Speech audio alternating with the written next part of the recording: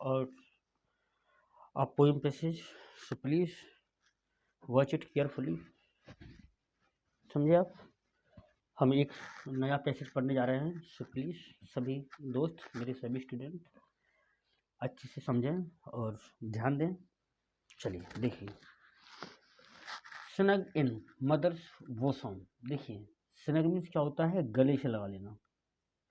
Snug means क्या होता है? आराम देने वाला या चुस्त गर्म। इन मदर्स बोसम, बोसम मीन्स क्या होता है? छाती। माँ की छाती को क्या बोलते हैं? बोसम। ठीक है। स्नग इन मदर्स बोसम यानी जब माँ की छाती से लिपटा हुआ होता है। द न्यूली बॉर्न, कौन? नवजात। नवजात मीन्स क्या होता है? जो अभी अभी जन्म लेने वाला बच्चे को क्या बोलते हैं हम? नवजात। यानी माँ की छाती से या माँ के आंचल से चिपका हुआ चिपकी हुई एक संतान। रेस्ट इन वार्म एम्ब्रेस, जो कहाँ पे रेस्ट कर रहा है?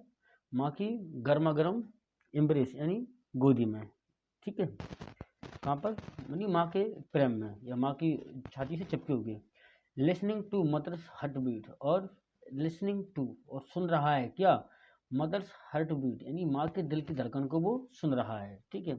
Love take another form, यानी प्यार का एक दूसरा फॉर्म भी होता है। In the friendship of mates, यानी प्यार का एक दूसरा भी फॉर्म होता है।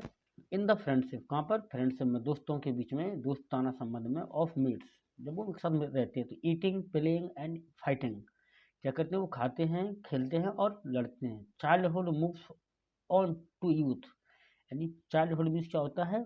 बचपन अवस्था कहाँ की तरफ मुड़ती है? मूव्स ऑन टू यूथ, किसकी ओर? जवानी की तरफ मुड़ती है। द इरेसिस्टिबल अट्रैक्शन, और एक ऐसा अट्रैक्शन, आकर्षण होता है जिससे छोड़ा नहीं जा सकता। इरेसिस्टिबल, जिसका मोह न छोड़ा जा सके। इरेसिस्टिबल मीन्स क्या होता है? जिसका मोह न छोड़ा जा सके। ऑफ द अपोजिट सेक्स, देखिए किसकी तरफ जाता है वो अट्रैक्शन, आकर्षण? अपोजिट सेक्स की तरफ, यानी लड़का है जवानी के टाइम पे, यहाँ पे लिखा हुआ है ना, childhood moves on to youth, यानी जब बच्चा चाइल्डहुड से, बचपन की अवस्था से वो यौवन की अवस्था में जाता है, तो उसे एक ऐसा अट्रैक्शन, आकर्षण होता है कि जिसे वो छोड़ नहीं सकता। वो किसके साथ? Of the opposite sex, opposite sexes, यानी लड़का है तो वह लड़की की तरफ खींचेगा, और लड़की है तो वह लड़की की तरफ खींचेगी। ब्रिंग अ फायरी लव, और उनके बीच में एक बहुत ही खतरनाक एक प्यार का संबंध बन जाता है। थ्रू टेम्पचुअस अडल्टहुड, यानी किसके दौरान? एक तूफानी यौवन अवस्था के दौरान। This melt into paternal love, यह दिस मेल्ट, यह पिघल जाता है किसमें? इनटू पैटर्नल लव, यानी पैतृक प्यार में बदल जाता है, पिता के प्यार में। लॉसिंग स्लीप, यानी सोना खो देते हैं वो। When a child is sick, यानी जब एक बच्चा बीमार होता है। अनटोल्ड प्लेजर, यानी एक अनकही खुशी। इन हिज अचीवमेंट, वो मिलती है कब? उनकी उपलब्धि में। एन अनेक्सिटी इन हिज मिसफॉर्च्यून, और दुख होता है या चिंता होती है कब? उनके जब कभी दुर्भाग्य हो जाता है उनके साथ, बच्चों के साथ जब। Old age brings another love, और जब ज़्यादा ओल्ड एज हो जाती है तो वह लेके आती है एक दूसरा प्यार। एंड लस्ट फॉर लाइफ, और लस्ट फॉर लाइफ, और हमें जीवन जीने की लालसा होती है। सीकिंग प्लेजर, सीकिंग मीन्स क्या होता है? खोजना। हम खुशियाँ या खुशियाँ खोजते हैं कब? वैन प्लीजर रिसीड, जब प्लीजर चला जाता है, यानी हम खुशियाँ उस समय, उस एज में खोजते हैं जब खुशियाँ चली जाती हैं। And love gets colder by the day, and love gets colder, और हमारा प्यार ठंडा पड़ जाता है बाय द डे, दिनों के हिसाब से। इनएक्सोरेबल मूविंग टुवर्ड द एंड, और हम एक अंत की तरफ गति करने लगते हैं। The ultimate love lies ahead, और एक पूरी तरह से जो प्यार होता है अल्टीमेट, यानी आखिरी प्यार, लाइज अहेड, हमारे सर के सामने की ओर होता है। But through changing season, but लेकिन किसके दौरान? चेंजिंग सीजन, मौसम के बदलते। It has been all the way, और यह पूरे रास्ते चलता रहता है। ठीक है। तो हमने इसको समझ लिया, अब इसको एक बार और रीड करने की कोशिश करते हैं। स्नग इन मदर्स बोसम, यानी बच्चा स्नग इन मदर्स बोसम, बच्चा माँ की छाती से चिपका हुआ रहता है कब? वैन दे न्यूली बॉर्न, जब वह नवजात होता है, यानी नया नया पैदा होता है। रेस्ट इन वार्मथ एम्ब्रेस, माँ की गर्मा गर्म छाती से वो चिपका रहता है, listening to mother's heart beat, और माँ की जो दिल की धड़कन है उसको सुनता रहता है। क्यों सुनता, क्यों? क्योंकि वह छाती से ही चिपका रहता है उसके दिल के साथ। ठीक है। Love take another form, प्यार का एक दूसरा रूप आता है जब किसके साथ, दोस्तों के साथ मिलता है वो। ठीक है। खाता है, खेलता है और लड़ता है।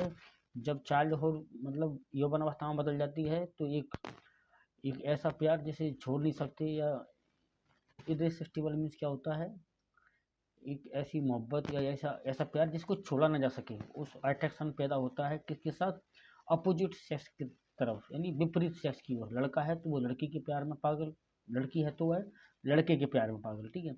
ब्रिंग्स अ फायरी लव, और वह उनमें एक खतरनाक लव पैदा हो जाता है थ्रू टेम्पेस्चुअस अडल्टहुड, यानी जब उनकी एक तूफानी अवस्था होती है जवानी की, दिस मेल्ट या पिघल जाती है इनटू पैटर्नल लव, कितनी किसके, यही अवस्था बदल जाती है एक पिता के प्यार में।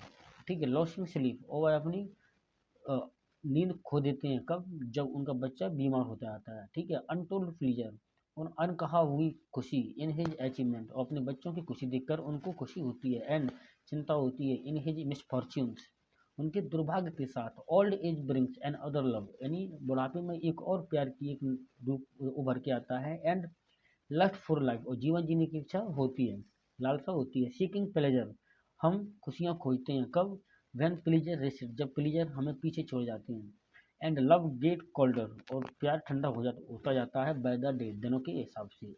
इन एक्जोरेबल मूविंग टुवर्ड द एंड, और हमें एक इन एक्जोरेबल जिसे सह नहीं सकते वह आगे की ओर गति करता रहता है। The ultimate love lies ahead, यानी एक अंतिम प्यार वो हमारे आगे होता है, बट थ्रू चेंजिंग सीजन, किसके सीजन के हिसाब से। It has been all the day, all the way, यह पूरे रास्ते चलता रहता है। ठीक है।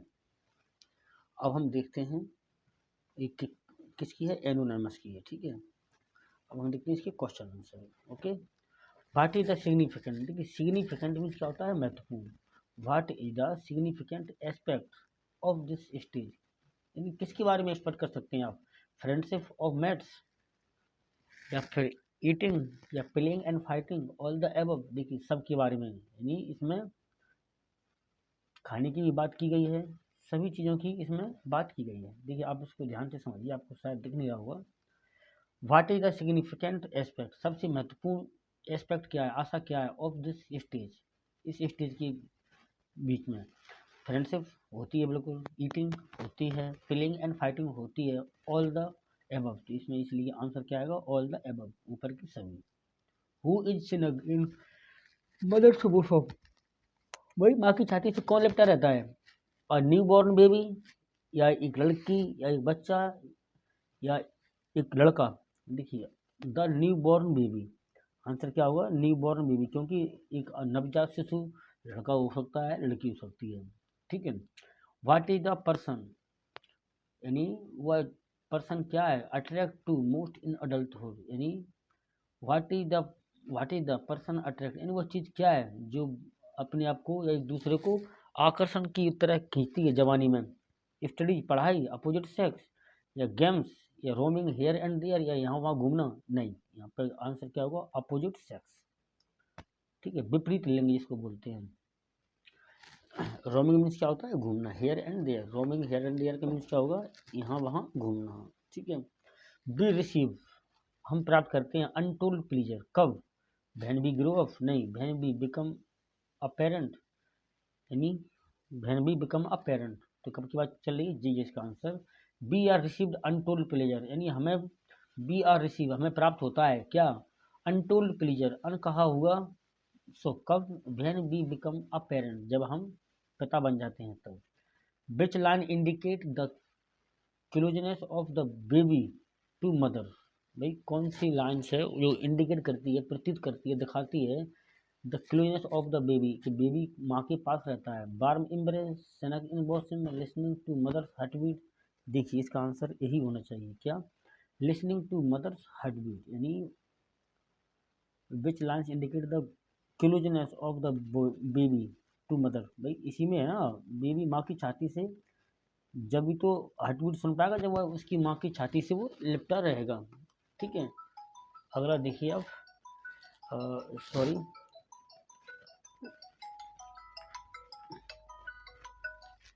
अगला है व्हाट डज टेम्पेस्टस मीन्स, तूफान का मतलब क्या होता है, स्टॉर्मली या टेस्टिंग पेशेंस या वायलेंट, वायलेंट क्या होता है, आंसर क्या होगा इसका, वायलेंट होगा। ठीक है, तो ये हमारी पैसेज थी। ठीक है, चलिए, थैंक यू वेरी मच।